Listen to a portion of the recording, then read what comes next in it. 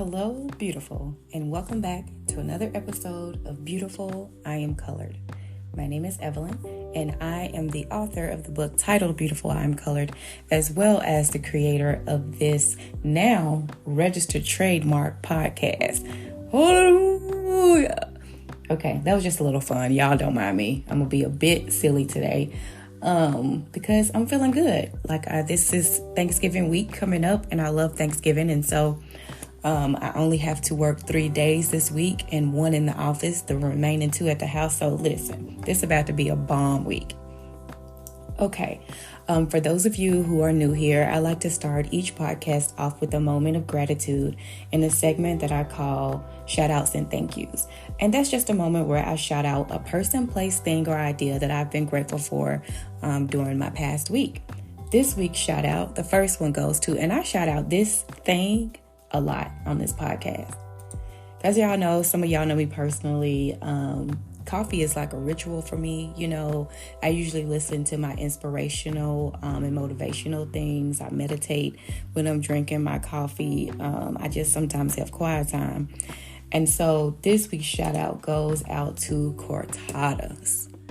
Listen, I had a cortada this week with macadamia nut milk, which is the first time for me experiencing macadamia nut milk, but it actually did add a extra layer of creaminess to it, which I appreciated, and it was just so good. I had it 2 or 3 times this week because one day we ran out of coffee. That's just, and y'all know I don't like when we run out of coffee, but it happened. And then the other couple of days was just because I just wanted to.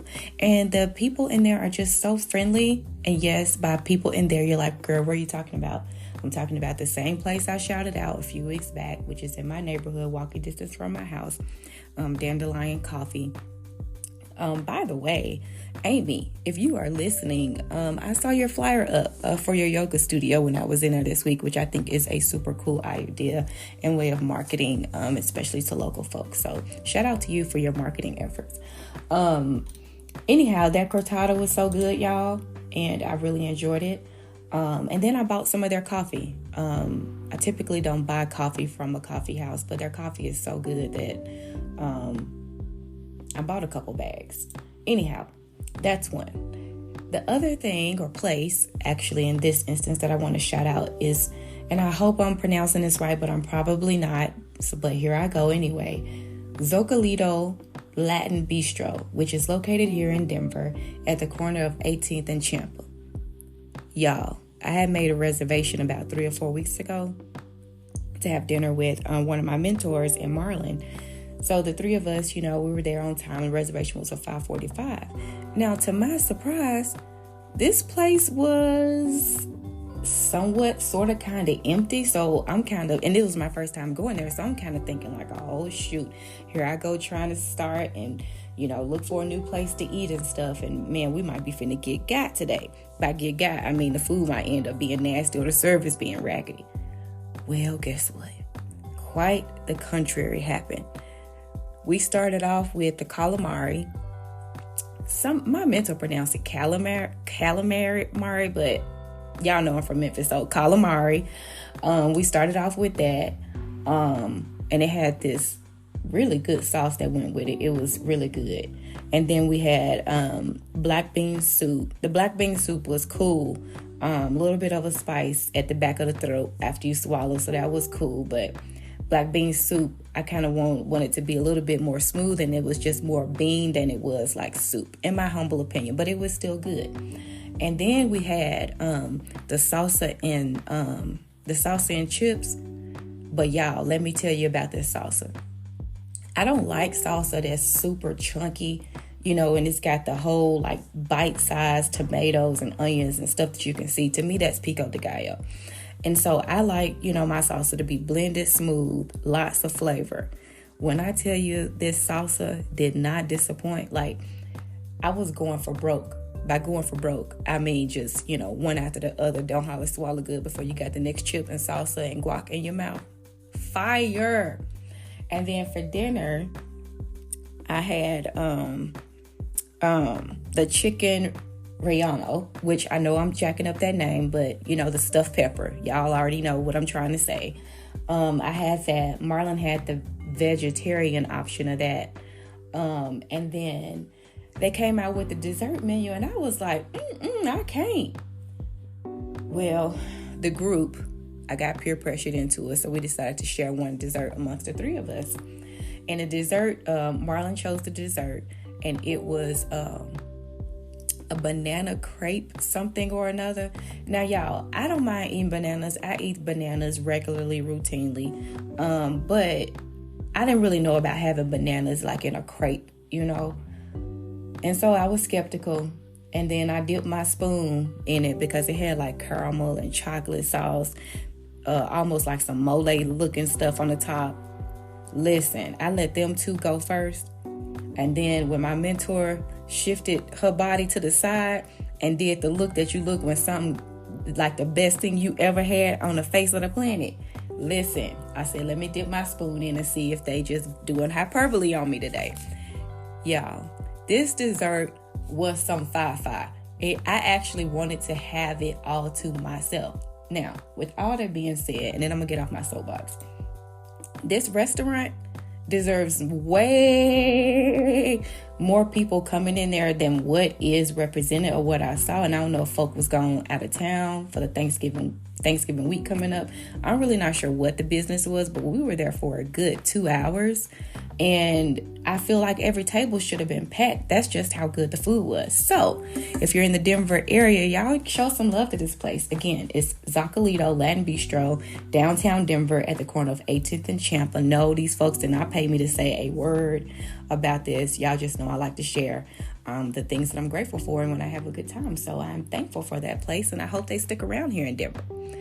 Okay, let's move on and shift right on in to today's topic. So, as I stated, I start each morning, typically. Some mornings, a girl be struggling, but most days, the majority of the week, including the weekends, I start off with, motivational, inspirational things that feed me, so that I can start my day off properly.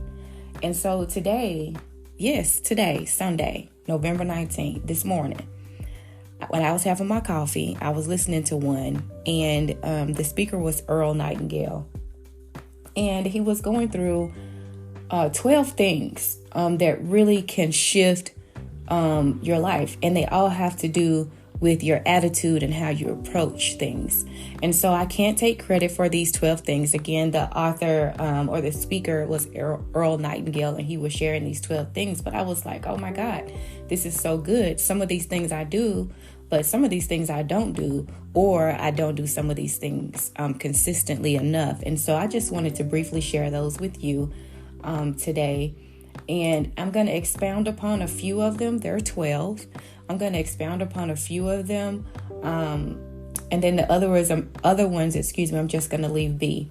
But the first one is our attitude at the beginning of a task will affect the outcome. Our attitude at the beginning of a task will affect the outcome. And I think this is so true. This one is. I fully agree with it, because how you start something and how you look at something definitely will shape, your end product of what you get out of it. And the example that came to my mind when I was meditating this morning was like when you start a brand new job in a field that is new to you. Not recently, but last year that happened to me when I launched into a different government position. And, while I'm pretty good at my job, most will say, it still was a learning curve. But my attitude was, when I went into it, this is new, but you're good at this, you're good at that. So this is just one more thing that you're going to master. That was my attitude going into it. And I do very seldom do I do things without having a strategy anyway. So it's kind of like go in, learn all you can learn, see where you are at the end of year, take an assessment from there, which of course I'm in my 1 year now. And, see what you need to do next, where you might find yourself or where you might see yourself. And so I totally agree with Earl Nightingale's number one in terms of your attitude and how you think about things. Our attitude is at the beginning of a task definitely affects the outcome. Number 2 he shared was, it's our attitude towards life which determines our life's, let me start over on that one. It's our attitude toward life which determines life's attitude toward us. So, totally agree with number 2. Number 3 was, we are interdependent and that it's impossible to succeed without others. And it is our attitude towards others that will determine their attitude towards us. I think this one is just so powerful, because a lot of times when you are a go-getter, you think that you are doing a lot of the work, but a wise person knows that there have been several people, no matter the minuscule contribution that they made to your success, that contribute to it. So indeed, we all are interdependent on one another, and that our success does depend on others, and that dependency from others can come in a myriad of ways that I won't get into for this podcast. But it's important to acknowledge that you are not an island. All human beings need other human beings, no matter how you slice it. The pull yourself up from the bootstraps is a myth. I will repeat. Pull yourself up from your bootstraps is a myth. It's a myth. Now, you can do a lot on your own. Don't get me wrong. You can do a hell of a lot on your own, because I know I can do a lot on my own. But the vast majority of us, and I would say maybe potentially, arguably all of us, there is not one thing that just solely we do by ourselves. Whether you're pulling from the spirit realm for help, or whether you're literally dependent on another physical human being. So totally agree with number 3, that we are interdependent, and it is impossible to succeed without others. So don't make small the engagements that you have, and this is something that you have to get grounded in and operate with consistency in. The little things that contribute to you being you, or the people that contribute in small ways to you being you. Don't undermine that, and don't underestimate that. And again, I agree with this one. We are definitely interdependent beings. Number 4 was, before a person can achieve the life they want, they must become that individual. They must think, act, talk, walk, and conduct themselves in all affairs as would the person they wish to become. Listen, number 4 is a whole podcast in and of itself. I'm not going to go into detail on this one, but let me just say this little piece here. And I learned this one. This is something that I actually practice and have practiced for years now. And moving to the Evelyn in the future that I'm becoming, it is exceptionally important to embody who I believe I am becoming, and then to act that out on a daily basis. I'll give you one very small example. So even back when, I had just got back into the workforce and stuff like that, after being a stay-at-home mom for a season and, getting my first degree, I can't remember where I heard this from, but it's been several years ago now. And the word that it was, and I'm sure it was some pastor somewhere. It probably was like Bishop T. Jakes or something, but that's neither here nor there. I heard them say that you got to dress for where you're going, not for where you are. And I had this mental picture in my head of who I wanted to be. So every job that I would go to, no matter what other people dress like, and I still do this to this day. And here's why I'm saying that, because some parts of the country, I'm not talking about my Southern and East Coast brothers and sisters, the dress tends to be a little bit more business professional at all times. But out here in the West, we're a little bit wild. And, the casual wear is much more acceptable. Not ironing your clothes, not using a lint brush, things like that are acceptable. Okay. And that's not me, bagging on nobody. I'm just telling you the facts about some of the workplace environment. Well, I don't do that. I have a lint roller at my desk that I keep there. I also make sure that my clothes are not wrinkled. I'm almost always a business casual, better casual business professional. I have a pair of heels that I keep at work so that even if I walk from the parking garage to my desk, when I get to the office, you're going to see me clip-clapping in some heels, or you're going to see me in a loafer that's going to make some sound when I walk down the hall. That's just one example. And I probably let y'all in on way too much on that. But I like to dress that way, one. But two, I know where I am headed and I have a sense of where I'm headed. So, of course, if it's within my power to do so right now, then yeah, I'm going to embody that by doing these things. And so there's a whole list of things that I do, but that's one small one. And oh my God, 1540. Let me get this together. Okay, so I'm going to blow through the next ones fast because, people's attention span is not what they used to be these days. So I don't want to bore you. So let me go. Number 5. And again, these are all statements about attitude. Number 5 was, the higher you go in any organization, the better the attitude you'll find. Number 6, your mind can hold one thought at a time. And since there's nothing to be gained from being negative, just go ahead on and be positive. That's what I'm talking about. Number 7, the deepest craving of human beings is to feel important and to be appreciated. Give it to them and they'll return it to you. I know somebody that does this exceptionally well, way better than I do. And honestly, this is one that I'm going to start practicing more. But let me go ahead and move on before I get off task. Number 8, look for the best in new ideas. You can learn something from anyone. Number 9, don't broadcast personal problems. Ooh,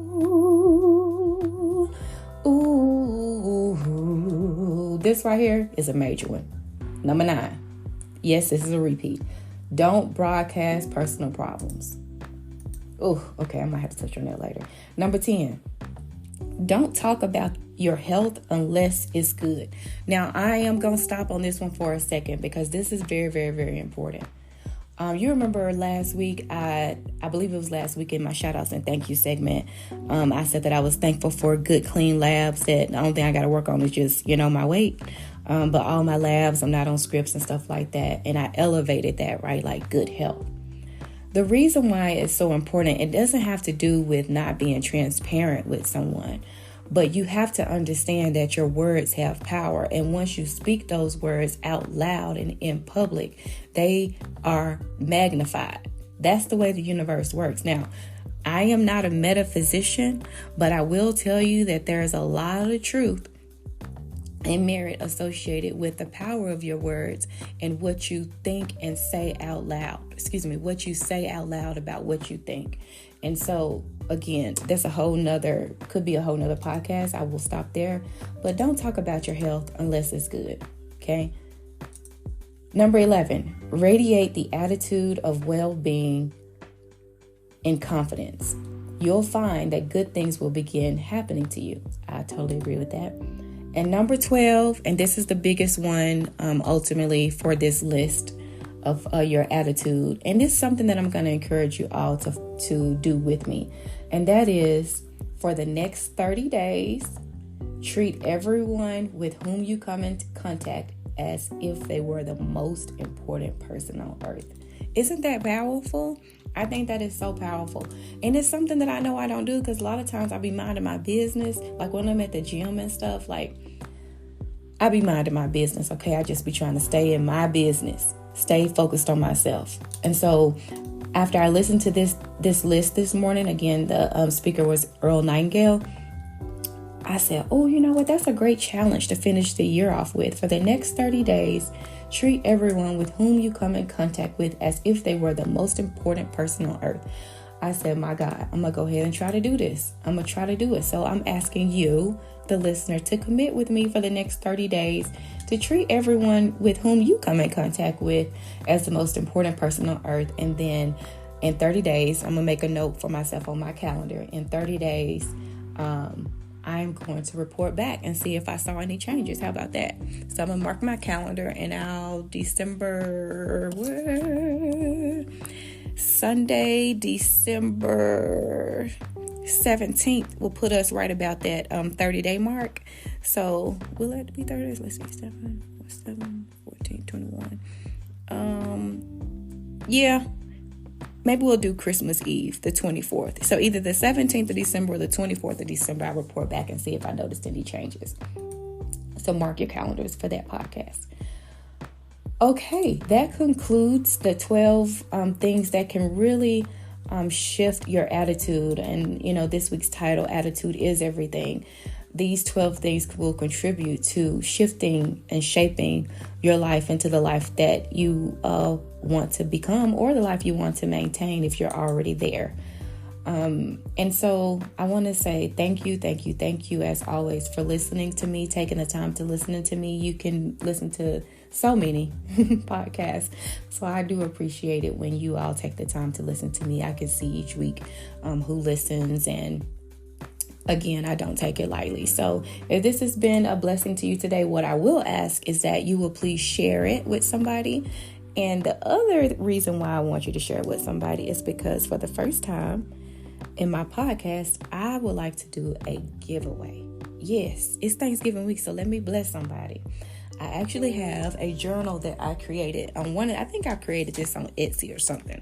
But anyway, I have a journal. On the cover, it just says grateful, and then it's like just a lined notepad spiral journal that I want to bless and give someone. And then I also have a copy of my book. So both the grateful journal as well as my book, Beautiful Lime Colored, which also doubles as a journal. I want those two things I want to give to somebody. Here's the caveat. You cannot be my family member, and you cannot be my personal friend. Okay. What I will say, this is definitely only for new people or people who I don't know personally. If you are a friend of mine or a family member, what I would ask is that you share this podcast.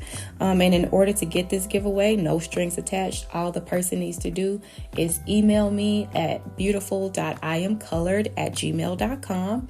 And all you have to do in the subject line is say, I want the free giveaway, and then provide your address, and I will get this shipped out to you this week. Yes, this week I will get it shipped to you. And that's just a way for me to show gratitude during this season of giving thanks. I want to wish everyone a happy Thanksgiving week. I am going to continue to work on YouTube and coming back with video. So stand by for that. Still working out some kinks, unfortunately, but working on it. And hopefully I will be up on there with some shorts or something here pretty soon. Other than that, I want you to remember always that the future you is waiting on you. I'm so thankful for each and every one of you. I hope you have a blessed and safe holiday week, safe travels to those of you who are traveling. And I was going to say see you again next week, even though I kind of can't see you spiritually speaking, but I look forward to next week. Have a great week, everyone.